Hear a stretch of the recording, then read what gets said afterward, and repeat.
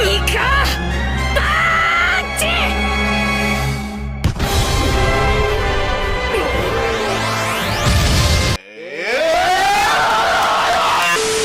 Never did I think that one of the least relevant captains of the worst generation would end up having one of the most tragic and heartfelt backstories in all of One Piece. And not just tragic, she's 12 years old, with a story that somehow connects Kuma, a former warlord, Dr. Vegapunk, the smartest man in the world, the Void Century, the Five Elders, and the literal concept of freedom itself, all while being one of the biggest targets of the world government. And once you realize why they want her erased so badly, everything about Egghead clicks into place. This is why Bonney didn't just exist in Egghead, she made it a masterpiece, standing shoulder to shoulder with the greatest arcs in One Piece. So today I'm talking about Bonney, the brass glutton who barely got screen time for years, but somehow ended up with one of the most emotionally devastating side stories Oda has ever written. Welcome to Jewelry Bonney. Also, Saint Saturn.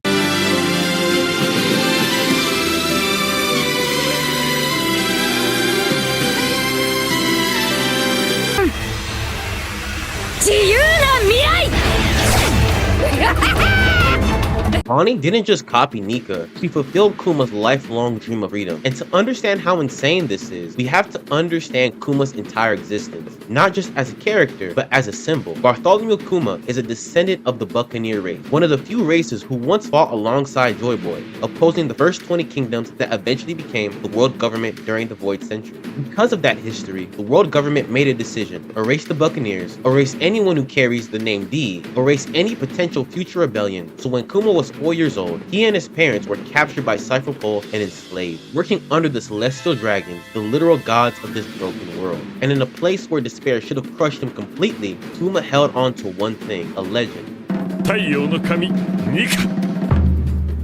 Nika, the sun god, the one who laughs in the face of despair, whose heartbeat sounds like drums of liberation, and who frees the enslaved simply by existing. A story passed down through Buccaneer. That belief is what kept Kuma alive. But here's the tragedy: Kuma never actually got that freedom. He escaped enslavement, rebelled against his kingdom, joined the revolutionary army, and still, he kept losing pieces of himself, until eventually, to save Bonney, he gave up the last thing he had: his free will. Now fast forward, Bonney, with the age devil fruit, she doesn't just manipulate age, she manipulates possible future with her distorted future. And when she activates it, she becomes Nika. Not because she trained for it, not because she inherited it, but because she imagined a future where she was free. That imagination, that was Kuma, the same man who spent his entire life in chains, who now exists as a mindless weapon for the people who enslaved him, instilled freedom into his daughter. So when Bonney embodies Nika, she isn't just transforming, she's ending something. The generational trauma, the enslavement, the suffering passed down from Kuma to Jinny to her, it stops here. こう伝えてくれないか。10歳の誕生日。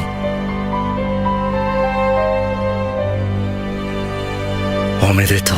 Kuma and Bonney's parent-child relationship. There's a quote by psychologist John Balby that says, "It is often only later in life that a child understands how much of the parent's life was quietly given so the child could have one at all." That quote is Kuma. After Jinny's tragic death, Kuma did everything to protect Bonney. He left the revolutionary army, the very cause he believed in, just to raise her. They lived quietly in the old church, surrounded by people who loved them, until Bonney was diagnosed with sapphire scales, an incurable disease. Sunlight slowly crystallizes the body, and over time it kills you. So Kuma boarded up the window. Darkness became protection, and when that wasn't enough, he became a pirate. Not for glory, not for fame, but to search the entire world for a cure. That's why he became a warlord of the sea, working for the world government, the same system that destroyed his life, because it was the only way they'd allow Dr. Vegapunk to treat Bonney. And Bonney, she waited at the church for letters that came less and less, for birthdays spent without her father, until she learned the truth. Alpha, the nurse she trusted, was a government agent, so Bonney did the only thing she could. She became a pirate to find her dad, to keep their promise that one day they'd sail the sea together. Kuma represents the lengths a parent will go to make sure their child survives. Bonney represents the unconditional love that always pulls a child back home, no matter how far they take.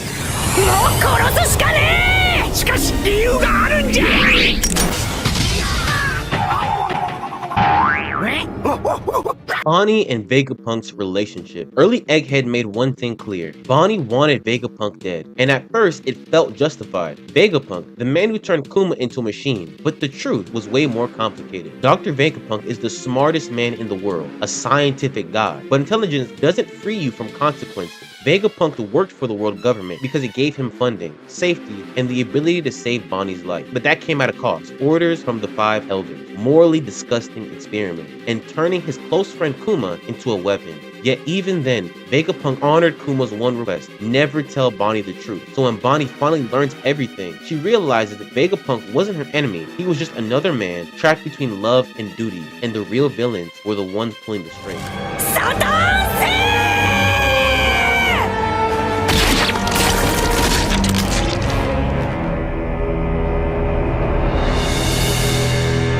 World government feared Bonney. Bonney isn't important by accident, she's important by design. She's the daughter of a Buccaneer, connected to the Revolutionary Army, linked to Joy Boy's legacy. Even her powers and disease were the result of a celestial dragon experimentation. And behind it all, Saint Saturn, the godhead of science and defense, the man who destroyed Kuma at God Valley, experimented on Ginny, used Bonney as leverage, forced Kuma to surrender his humanity. Also, the world government could stay in control. So when Saturn finally dies, it isn't just justice, it's closure. As Egghead ends, Bonney and Kuma reunite at sea, headed for Elbaf, the land of giants, the land of God, and for the first time, their story isn't about survival, it's about freedom. At the end of the day, Bonney is a character about parents' silent sacrifice, a child's unconditional love, the breaking of generational chains, and what freedom actually means. And now, as Bonney, Kuma, and the Straw Hats sail towards Elbaf, we're left wondering, what does freedom look like after the trauma ends? But that's just what I think. Let me know what you think in the comments. Agree, disagree, or anything you'd like to add. Once again, my name is AOI-KUN, and this was my synopsis.